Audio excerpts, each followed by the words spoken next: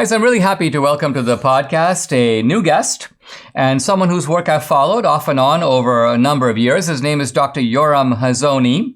He is the chairman of the Edmund Burke Foundation. He also serves as the president of the Herzl Institute in Jerusalem. He's joining us from Israel. By the way, you can follow him at Twitter at YHazony, Hazony, or his website, which is Yoram, Yoram, Hazony.org.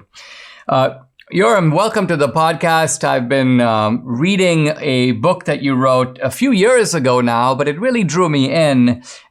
Very fascinating. It's right here. It's called The Philosophy of Hebrew Scripture.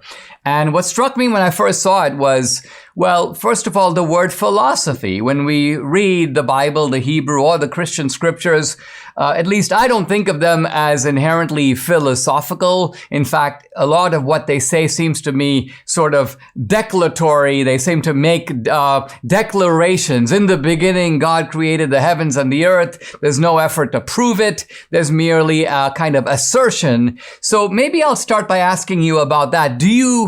I guess you do argue that there is a philosophy contained in Hebrew scripture. And how did you come to that sort of realization? Well, first, thanks for having me on the show, Dinesh. It's really great to see you. The issue of how to read the Bible is, it's something people have been talking about for thousands of years and arguing about it, and different people have different perspectives. But I think it's especially important today, after a couple of centuries in which the Bible has kind of been dismissed as a book of superstition. And I think we can't help noticing that, we're undergoing this big cultural revolution. And it's basically took, 2 generations or so from the time that Bible was removed from the schools in the United States until you get to the point that people can't really tell the difference between a man and a woman. And so I think it's especially important for us to return to the Bible and to understand, to try to understand what is it that it's saying to us. The question that you're asking is about the difference between reason and revelation, because in the Western tradition, there's this extremely deep divide that some thinkers have dug between revelation and reason. They say revelation or reason, that's like science. That's like, trying to figure out the facts and figure out what's true. Whereas revelation is just this, blind faith. And it doesn't matter whether it's stupid or makes any sense. You just have to believe it. Now, that's a caricature. And it's a very damaging caricature because it makes Judaism and Christianity look like what they're asking people to believe is foolishness. And so the reason for a book on the philosophy of Hebrew scripture is to try to get back to the time of the prophets and scholars who wrote the books of the Bible, and to try to understand what they were getting at. And my argument is that if you're looking for political thought, political theory, or for ethics, or even for metaphysics, that these things are argued for by the prophets and scholars who wrote the Bible.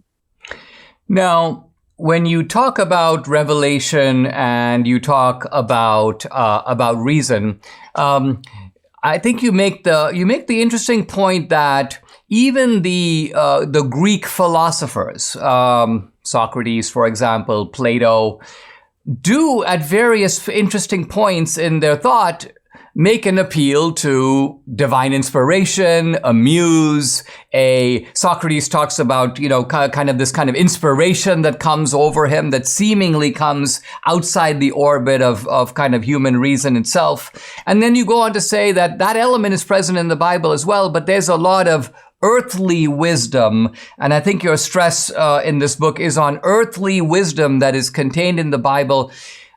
When we think of a prophet, we think of someone foretelling the future, but clearly the Hebrew prophets did a lot more than attempt to foretell the future. Talk about what a prophet means in the Hebrew tradition. Well, it's interesting that you mentioned Socrates. Socrates is famous for going around the city, asking different players in Athens for the truth, to explain the truth as they understand it, and arguing with them. And a prophet like Jeremiah has almost the exact same kind of rhythm to him, except that the prophet Jeremiah's book was probably a couple of centuries earlier.